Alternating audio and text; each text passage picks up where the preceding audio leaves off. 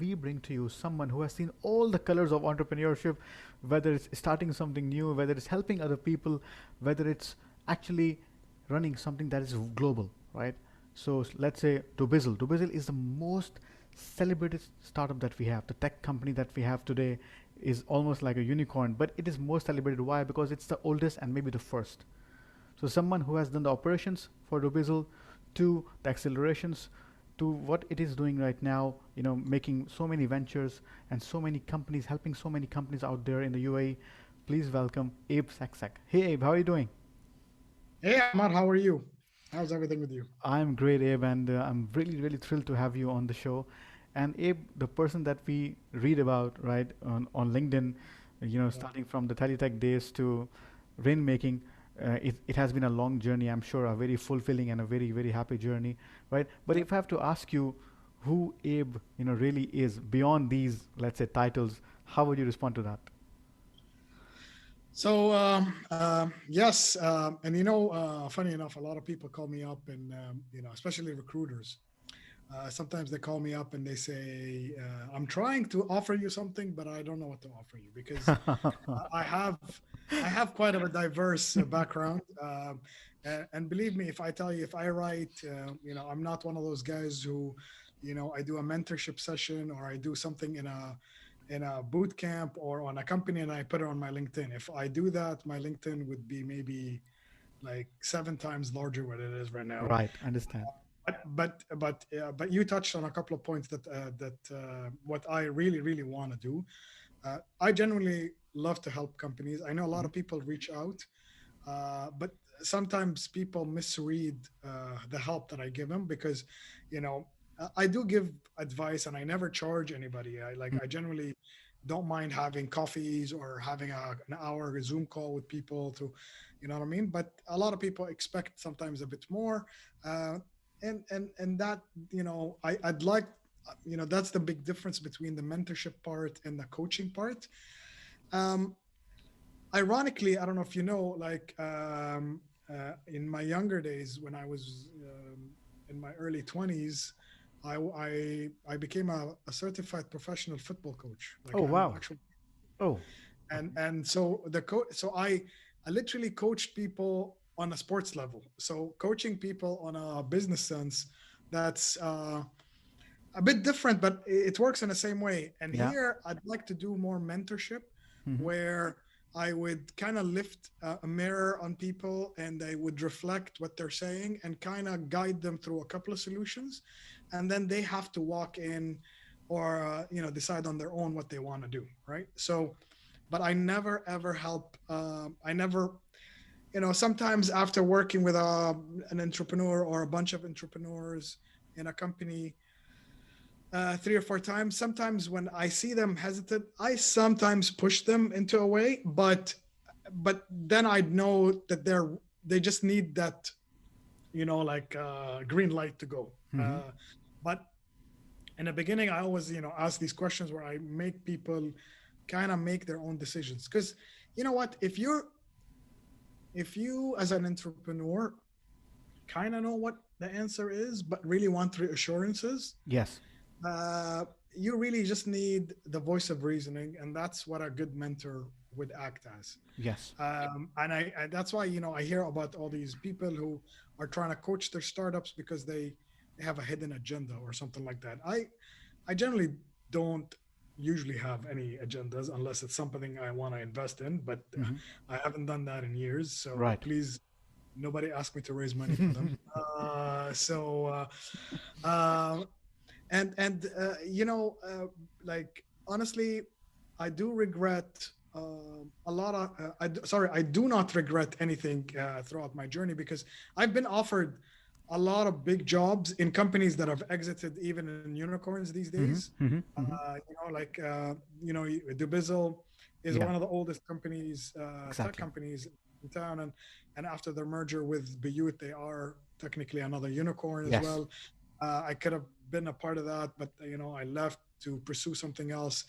Um, you know, uh, but I never regretted them because I always jumped into something that I found interesting. So I always had issues that I get bored easily. I never the last at least See, I did 2 years. Sorry, I did two jobs where I did 7 years plus, Hmm. and in these days, staying 7 years in a company is very rare. Because Yes. it's kind of economy, right? But in the last couple of years, last 10 years, I think I worked in three companies, or now going into the fourth. Because there isn't like I'm a kind of guy who gets excited by new processes, new jobs. So that's why. But when you walk into more established companies and you get really put in this box, and especially when there isn't a lot of innovation happening or too much innovation, at Hmm. Dubizzle there was like a lot of Hmm. crazy things happening.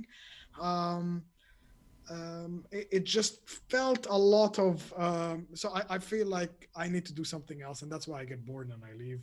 And I've missed out on a couple of like exits where I could have cashed out well, but again, honestly, I generally do not regret, because I've the amount of learnings that I've done is in my opinion like really satisfied, at least my knowledge edge. So yeah, Yeah. that's me in very tiny niche. That's very very interesting because it's like sums it up. So many things that you have touched in this very quick intro, I would say. So Abe, you have seen startups, I would say many of them, right? And what I would like, I always thought that whenever I have this FaceTime with you, whenever we sit, I'll ask you one question. Uh, why do we have one Dubizzle in 13, 14 odd years in the UAE, right? And not many Dubizzles. Like and Dubizzle, when Dubizzle was founded, there was also very less support. For example, there were not so many accelerators and incubators. Now we have so many and so many startups getting the stage, right? But why we only have one Dubizzle in so many years and not so many where there's so much support? So So this is a very good question, and you can ask the same thing about why does Pakistan have only one, like have had only one unicorn? yes, yes, What does Iran and all these countries yes. have? Because the developing world, people are there's so much money to be made in infrastructure. You know Mm-hmm. what I mean? Like I can tell you about my parents as well. This I include my parents. My parents would never support a tech. Well, they would support me and my brother, who are Mm-hmm. my brother's also a Dubizzler, that was a Dubizzler as well. Mm-hmm. Uh, they would support because they kind of now lived through our eyes through the tech scene, and they understand this is a popular thing.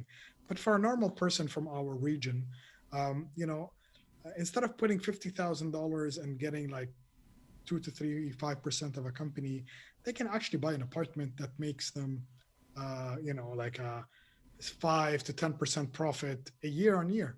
Mm-hmm. So there's a lot of money. While in Europe, $50,000 does not bring you anything. You know what I mean? And Yes. that's why that helped a lot. You know what I mean? So we keep talking, and this is I've learned this. So I've been raising money for all of the startups that I've ever started. In my first company called Crystel, now called Crystel, in Mm-hmm. Jordan, we were able to raise money. We were able to raise, and the founders and I, $1 million in 2006. So the Mm-hmm. money was there. Wow. You know what I Mm-hmm. mean? Mm-hmm. But and we've raised so much more across the year throughout different ventures. The money was there, but what's missing in our ecosystem is this angel investor seed layer. Mm-hmm.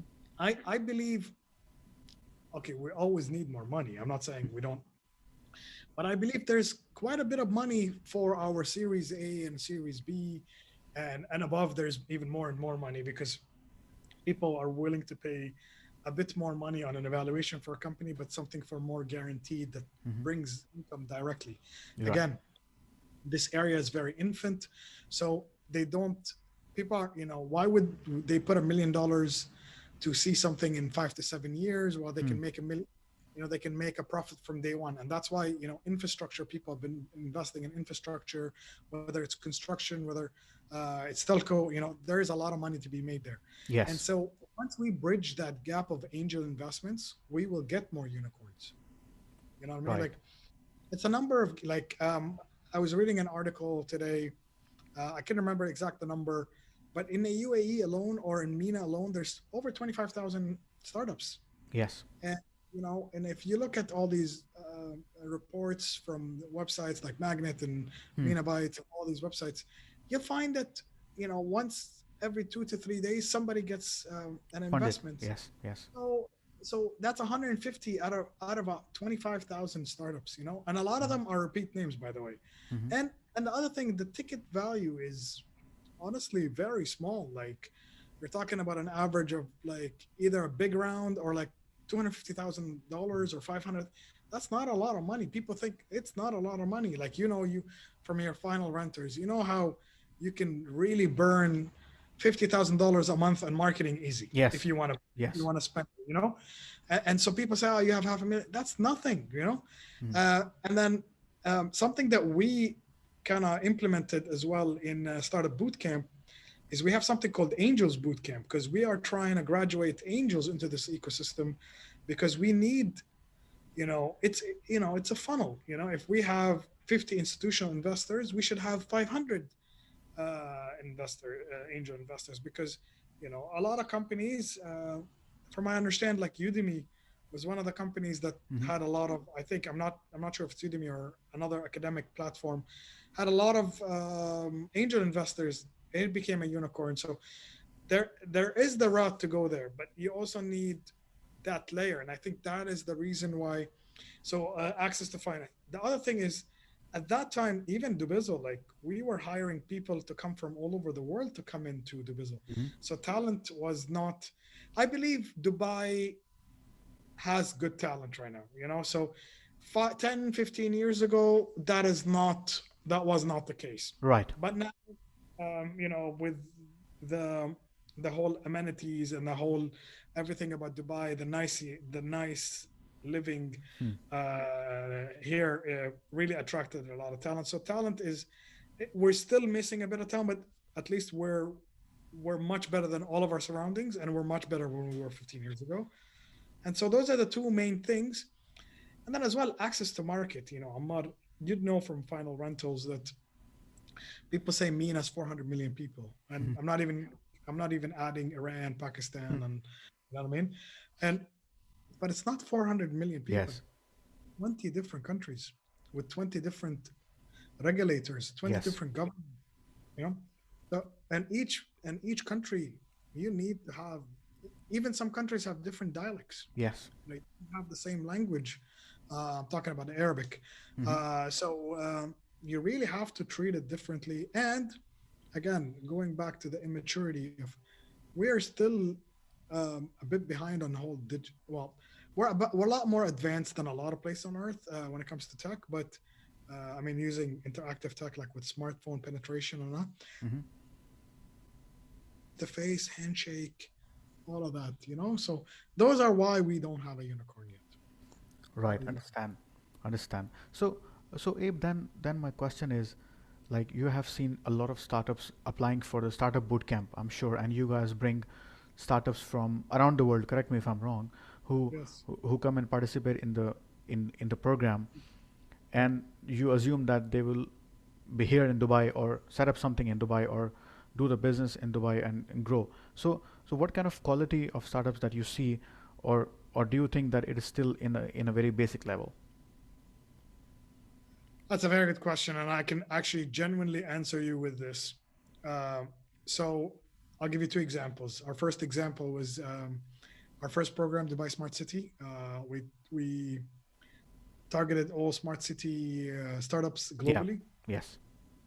Um, and what happened is not only did we start getting more applications each cohort, Hmm. um, but the number of local and regional startups. I think the first program, I think only 20% were from the UAE and local surrounding countries. And I call surrounding countries, like what would you call a 4-hour flying radius from the UAE? Hmm. Like, so only 20% from there.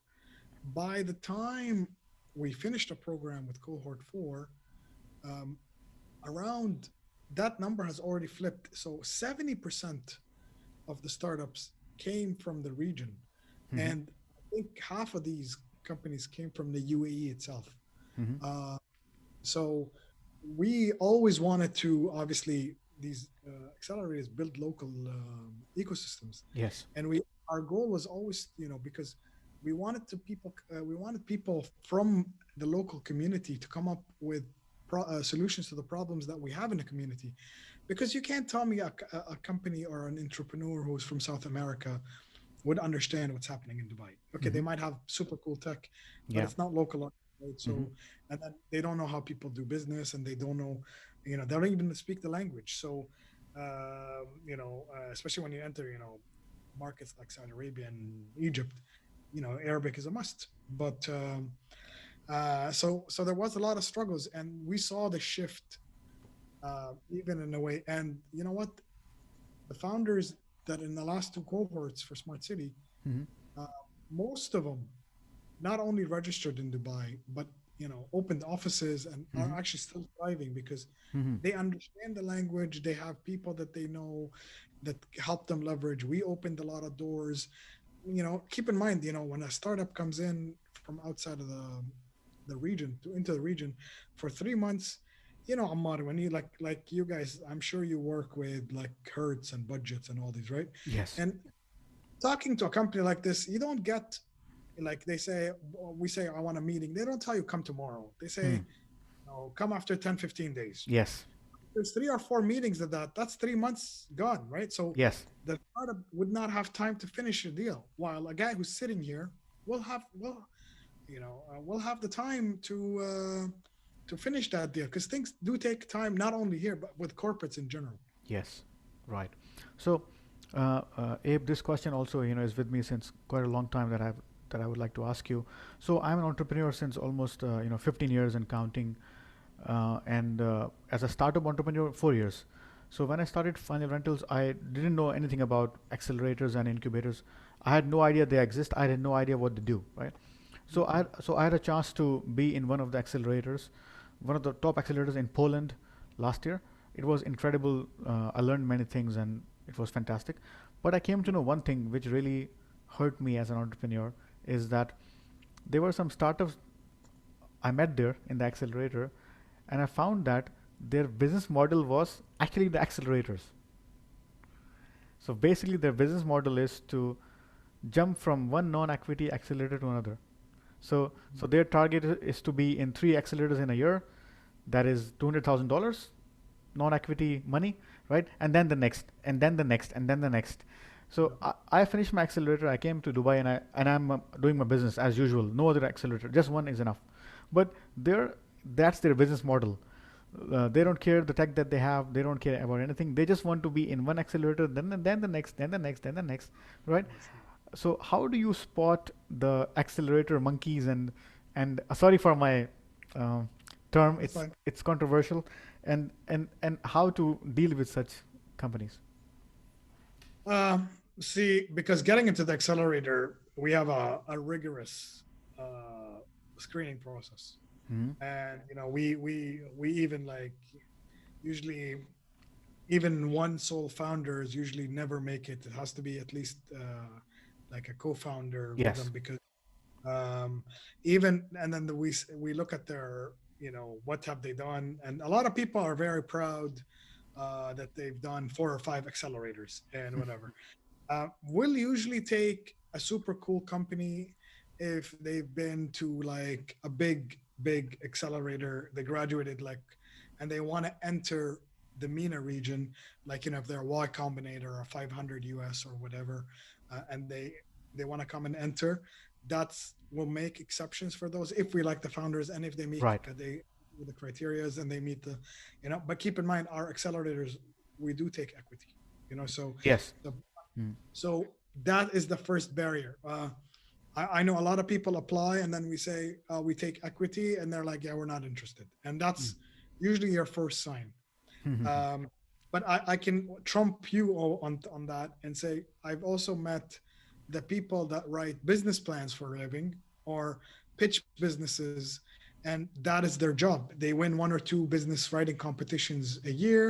They make like 40, $50,000 because they're given grants to start this business, and they go on to the next competition and the next competition. And these guys get caught. You know what I mean? Like they eventually Okay. say, okay. you need to start something. You've been applying in our circuits for 2 years, and you still didn't start anything. And I know of somebody who's actually won over $150,000 in grants in Oh, like a year, winning competitions, and he never started the business. wow. So, so it's something like, obviously when you screen a lot, our last cohort in Smart City, we had around 12, no, 900 companies apply, right? Just screening those alone, you start even making, rules about, I don't want a founder less than the age of 30, because they need at least 7 to 10 years of experience working in their corporate job to get them to get experience enough. You get all these little criterias. We even got to a level where we would open up the pitch deck, and then we would click on the website, and if the website doesn't work, Huh. disqualified. You know what I Right. mean? Like, there were some people that were just spraying, their pitch deck just in the hopes of getting somewhere, and that's it. And you know what? It's These people make the whole accelerator. They give the accelerators a bad name because, you know, there's genuine people, Yeah. and I always recommend accelerators, and even like late incubators, even growth. There's even now a term called growth. Yes. Uh, I'd recommend them for people who've never done them before, because the amount, you might not learn a specific topic or two, Hmm. but I can guarantee you, like in Startup Bootcamp, we have 12 weeks, and every week we tackle a topic. Yeah. I personally have one full week with me talking about scaling, how to Hmm. scale. You know Hmm. what I mean? And I have other people from other companies come and attend that. And not because I've done this many times, and people want. So we bring people like us. In our finance, we bring in 3 or 4 guys who are running funds. The MSA Capital people, the Right. you know MVP, and getting that kind of interaction.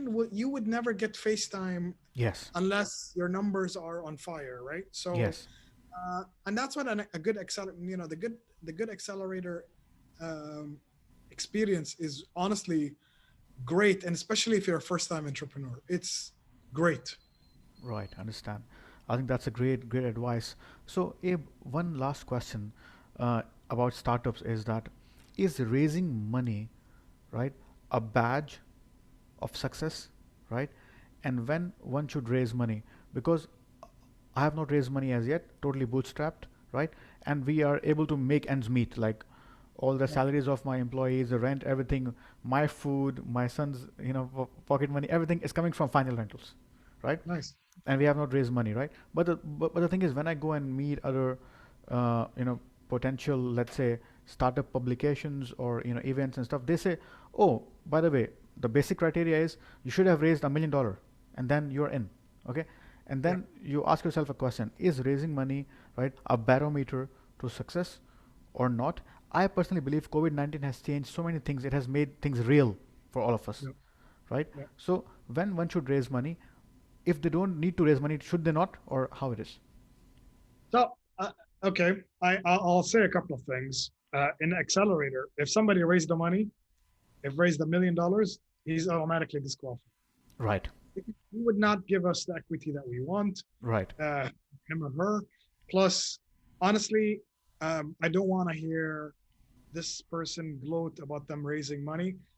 Sadly, this ecosystem is all about, oh, this startup raised this amount of money. Yes. It's not, you know what I mean? Like, uh, for me, I again, old school guy, and people didn't understand evaluations back then.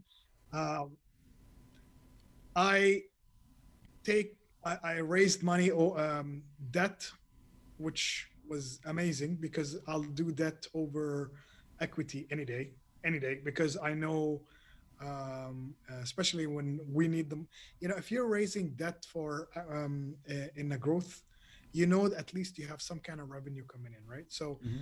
I I personally am a bootstrap guy. I love being bootstrapped to a level where it's ready to double down and get growth money.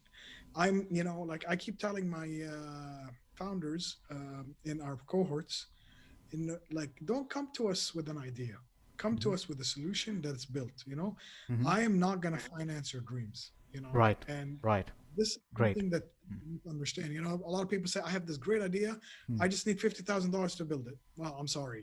Until, because there's a lot of people building, and this is something that rainmaking does. Like, we do matchmaking for startups and corporates. And sometimes, we've had corporates from even London ask us, we're looking for a startup that does water purification with this kind of thing. And then we would do the search, and then a week later would come up with 50 companies, something I've never heard of in my life. Right. uh, they asked about decarbonization, and like, I honestly have heard of it, but I didn't know it was that big. I was able to find over 500 startups that were dealing in that whole space. Right. So again, build it, a bit of traction, at least one customer that bought your vision. Mm-hmm. That means you validated your business. Then go out and raise money. Like, if you don't have these three, you're wasting your time on all the investors. And I think there's another thing that about this region, Ammar, you need to know. Investors are nice. They're not mean. Mm-hmm. Like, I've been on a table with investors from outside this MENA, and they say, nope, not interested.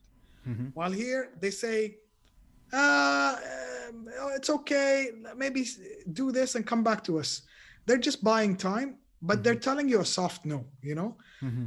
For me right now, after working all these, like, I've been an entrepreneur since 2005. Yeah. Technically, my first startup was in 1999, but what's it called? I would say, just tell me a hard no so I can move on. I do not, what I don't like, what I'm weak at is follow up now, because I just have so many things on the pipeline. So if you tell me no, you're not actually, you're doing me a favor and giving hope to a startup. I keep talking to these guys and they say, yeah, this investor said if we get to 500 users, they're going to give us half $500,000. Mm-hmm. Like, and they're like an e-commerce company. Like, 500 users, you should get them in a day. You know what I mean? Like, Yeah. uh, so that's where it comes from. That. So I would, as a badge of honor, I don't consider raising money as a badge of honor. Yes, it's the only aspect of it being a badge of honor is them raising, going through the process, because people think that I'm going to walk in and people are going to write me a check. I'm telling you, in my 15 years of me raising money, happened to me once, Okay. where we got a check. It wasn't a big check. Okay. It was like $50,000, Mm-hmm. and a person wrote us a check right then. But that never ever happens. But again, honestly, I think I've been over 150 investor meetings. And I've, our success rate by percentage is pretty good. But again, we had a business that was making money, it was profitable.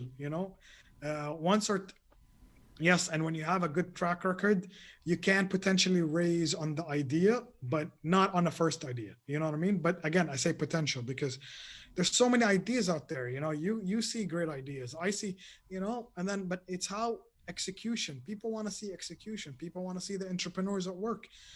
Everybody can come up with a great idea these days. There's so much technology out there that can make everybody's life easier. You said in COVID changed everything. Yes. Like, did you ever see your parents use InstaShop or Instacart? You know what I mean? Like, they would, I know my family wants to go see the vegetables there and feel it out. Oh, this is good. Well, now you have somebody else doing that for you, right? So the world has changed, and that's what I say. Absolutely. And Abe, we are coming to the last part of this podcast. I will not ask you a cliche question that if you have a message for the people listening, no, because I would say, people are changing, right? Because of COVID-19, people are losing jobs, and it is not easy in terms of business. Let's say in terms of numbers overall, you would say people are struggling, and there are people who need the message of ticking, like what makes you tick, right? I want to go. I want to go on and on. If I look at your career, I can tell you one thing, that there's something about you that makes you tick, that Yeah. keeps going on. There is some kind of a grit, some kind of resilience that just goes on and on, right? So please give us that mantra, like what makes one tick. Okay, so you're gonna laugh at this, but this is something I tell people who are very close to me. Um, so I've hit financial and like everything rock bottom twice in my life, Mm-hmm. where a venture went sour or south or whatever you want to call it, Mm-hmm. and I've started from zero all over again. Right. Uh, Two things really helped me out back then. A um, a good supporting people around me, friends, family, Yeah. and even like very close family sometimes was as not as supportive as I thought they would be. So just Right. make sure you know who that is. Number two is um, I always have the I talk to my entrepreneurs and tell them about what is the worst thing or what is your rock bottom situation. You Mm-hmm. know what I mean? Like, okay, and this is a thing. This is a cultural thing, Ammar. We are afraid to fail, not because we're afraid to fail, is because we don't want people to say that this guy failed. You know what I mean? For me, and I think Dubizzle really helped me with that. There is nothing wrong with failure. We used to celebrate failure, and there's nothing. You at least I'm telling you right now, I learned a lot more in the companies that failed than the companies that made it. Wow. Because you know what not to do, and that's why I encourage people. I don't encourage people to just quit their jobs and start something. Start something on the side. Once it starts picking up, then leave to it, but leave to it. Not, a lot of people are addicted to the salary. Some, I was for a while too, right? And it's I know people have you have bills, you have kids, you have schools, and Yes. all that good stuff, but again, start something start it as a side hustle and then see how you can grow it and then take it from there. Yeah. But the worst case, regret is the worst thing. I say, oh, I had this great idea but I never pursued it. Pursue it. If it's going to take so much time and money, and and then then it's not the right idea. Do you understand what I'm saying? So those are the things that honestly, once I mapped out my rock bottom situation, for me, I always thought, okay, I'll sit 2 to 3 months at home and then I'll find a job. Then I'm back into my normal self, right? I have just a bit of savings that can help me float, but then I have to risk, to do that again. And me meeting new people, exploring new ideas is always something that I wanted to do. And that's the tip I give everybody. It is incredible, Abe. Thank you very much for this tip. Right. Thank So, guys, you. what's your rock bottom situation? Please map that out and then jump. Abe, thank you very much for your time. You are the hero of your story, really. And I'm a big fan of yours and really, really, really happy to have you on the podcast. It's my pleasure, and thank you, Ahmad. And I wish you the best. I love how you are doing this, and I wish more people are talking about their stories because, as you said earlier, people only show people who are raising money or, doing crazy revenue stories. Nobody talks about what is happening behind the scenes in a startup and with the entrepreneurs, and it's something that we really need to talk about. So thank you very much. It's a pleasure. Thank you very much, Abe. Thank you. Take care.